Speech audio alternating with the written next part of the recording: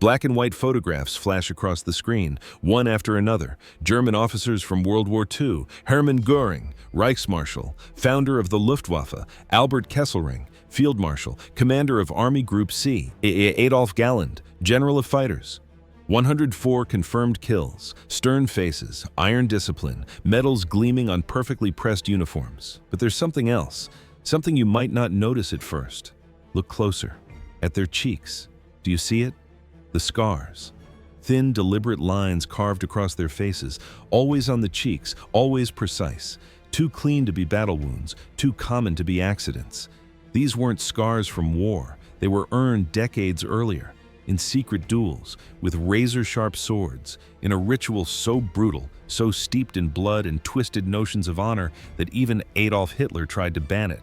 These scars had a name, Schmiss, the bragging scar, the mark of courage, the badge of the elite. And tonight, we're uncovering the dark truth behind Mensur, Germany's secret fencing tradition, and the scars that became symbols of power, masculinity, and a very dangerous definition of honor. This is Voices from WW2. And what you're about to learn will change how you see history. Before we begin, do me a favor, hit that subscribe button right now. This story is darker and stranger than anything you've heard before. We're diving deep into the rituals that shaped an empire.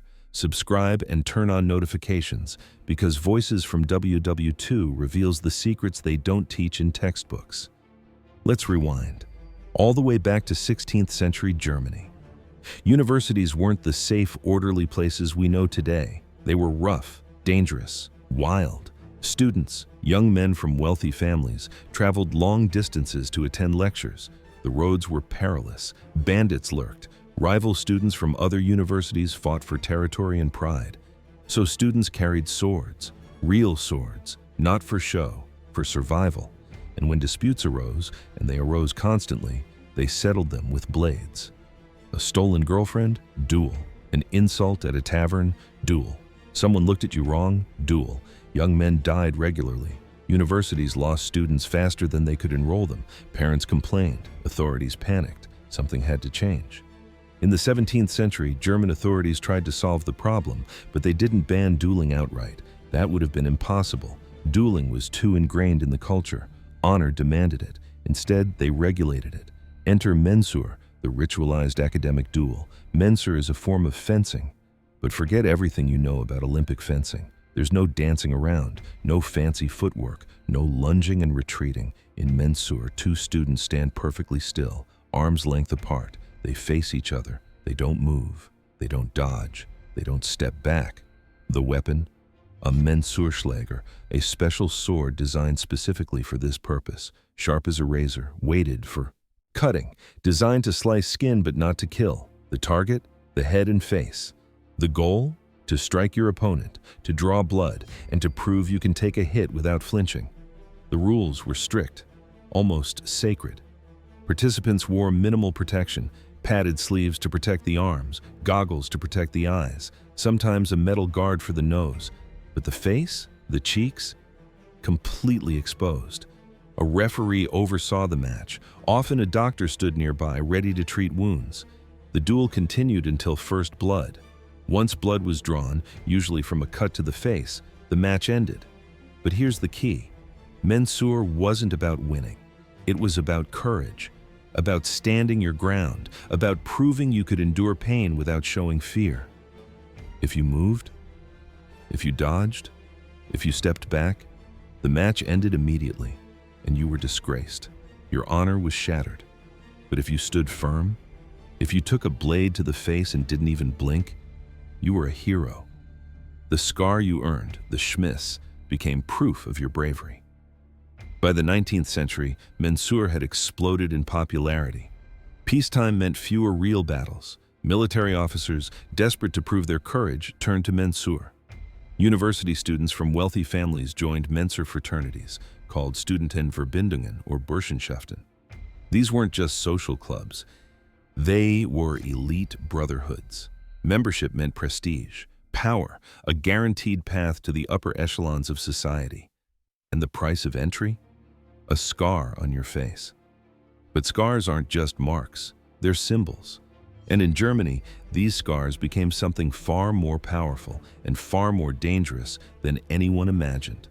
You're ambitious. You want to succeed. You want respect. You want a career in the military or government or business. But you're competing with hundreds of other young men. How do you stand out? You earn your Schmiss. A facial scar, especially a prominent one on the cheek, became a badge of honor. It said, "I've been tested.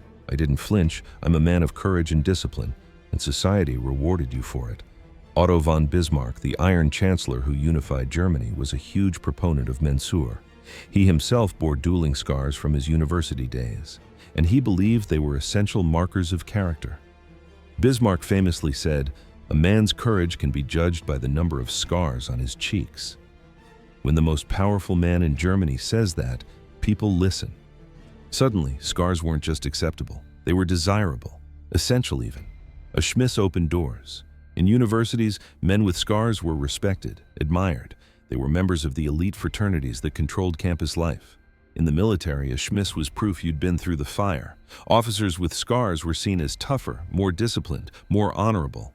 In high society, scars were attractive. Yes, attractive. Families looking to marry off their daughters preferred men with Schmiss scars. Why? Because the scar proved bravery, self-control, and membership in the upper class. No scar? You were nobody. An outsider, someone who hadn't proven themselves. The pressure was immense. If you wanted to succeed, if you wanted to be somebody, you needed a scar. But not everyone could get one. Mensur fraternities were exclusive. You needed money, social connections, the right background. And if you didn't have those things, you were shut out. So some men cheated. They took matters into their own hands, literally. Using a razor blade, they carefully cut their own cheeks, mimicking the look of a Mensur wound. But there was a problem.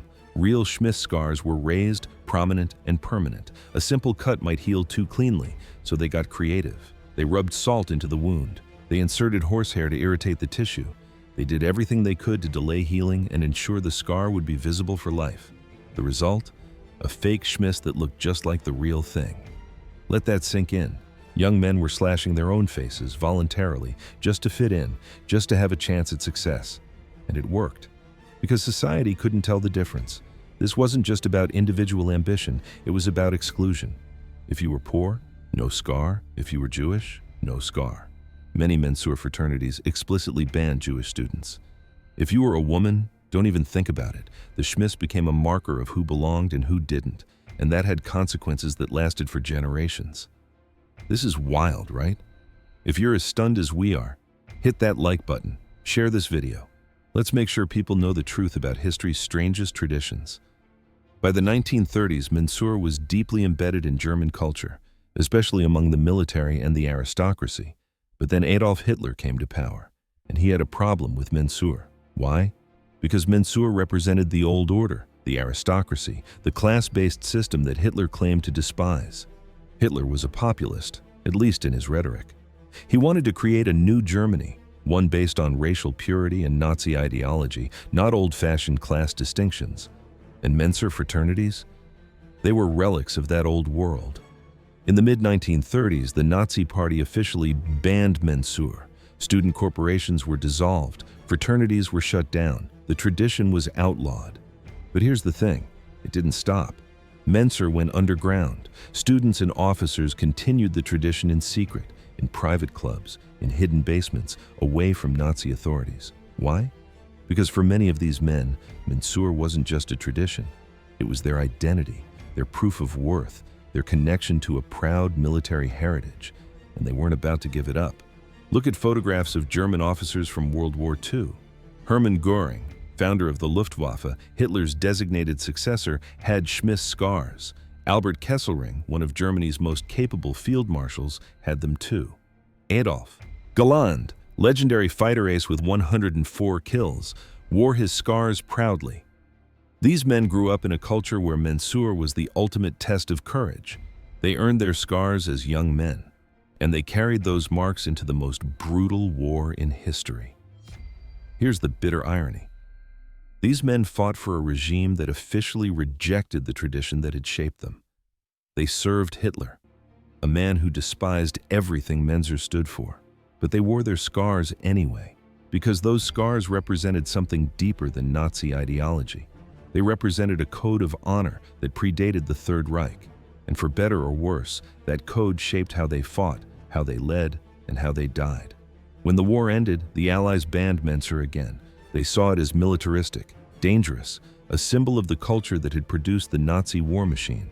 For several years, it remained illegal, but traditions don't die easily. And Mensur wasn't done yet, not by a long shot. In the early 1950s, something unexpected happened. Mensur came back. With Allied occupation ending and West Germany regaining sovereignty, old traditions began to resurface. Mensur fraternities quietly reformed. Students began dueling again. But this time, things were different. Modern Mensur is heavily regulated. Participants wear thick padding, full face protection except for a small target area. The swords are still sharp, but the risk of serious injury is minimal. Permanent scars? Almost unheard of. The goal is no longer to earn a visible mark. It's about discipline, tradition, testing yourself. So why do people still do it? For some, it's about honoring the past, connecting with centuries of tradition, proving they can face fear and pain without backing down. For others, it's about belonging, being part of an elite brotherhood, gaining access to networks that still hold power in certain circles. But critics see it differently. Many Germans, especially younger generations, view Mensur as a relic, a glorification of violence, a toxic expression of masculinity. They argue that any tradition based on slashing someone's face should stay in the past, and they have a point. But here's the deeper question. What does it mean to be courageous? How do we prove ourselves? What rituals do we create, consciously or not, to test our worth? Mensur may seem extreme, but every culture has its own tests, its own scars. What do you think? Should traditions like Mensur be preserved or abandoned? Drop your thoughts in the comments. We want to hear from you. For over 200 years, the Schmiss was more than a scar. It was identity. It was belonging. It was proof that you could stand firm, endure pain, and earn your place among the elite. But it was also exclusion. Elitism, a mark that separated the worthy from the unworthy. When you look at those old photographs, German officers with scars on their cheeks, you're not just seeing wounds, you're seeing a worldview, a set of values, a code of honor that shaped an empire. And yes, that empire did terrible things, unspeakable things, but understanding how it thought, how it defined courage, honor, and worth, that's essential if we want to avoid repeating history's mistakes. Here's what haunts me. These weren't monsters, they were men. Men who believed in something, men who thought they were proving their worth, but the system they believed in was deeply flawed. It rewarded violence, it celebrated pain, it excluded anyone who didn't fit the mold. And that's the lesson. We don't slash our faces anymore, but we still test ourselves, we still create rituals, we still judge worth based on arbitrary standards. What scars are we earning today, and what do they say about us? The scars on German officers' faces weren't random, they weren't battle wounds, they were earned in duels, in a tradition that valued courage above all else, in a ritual that defined generations of men. Mensur taught them to stand firm, to endure pain, to prove their worth, but it also taught exclusion, elitism, and a very dangerous definition of honor. So what do you think? Was Mensur noble or barbaric? Should it still exist? Let us know in the comments, and if this video made you think, share it. This is Voices from WW2. We uncover the stories history forgot, the secrets hidden in plain sight, the human truths behind the headlines. Subscribe now. Turn on notifications. Because next week, we're diving into another forgotten chapter. Until then, keep learning, keep questioning, and never forget.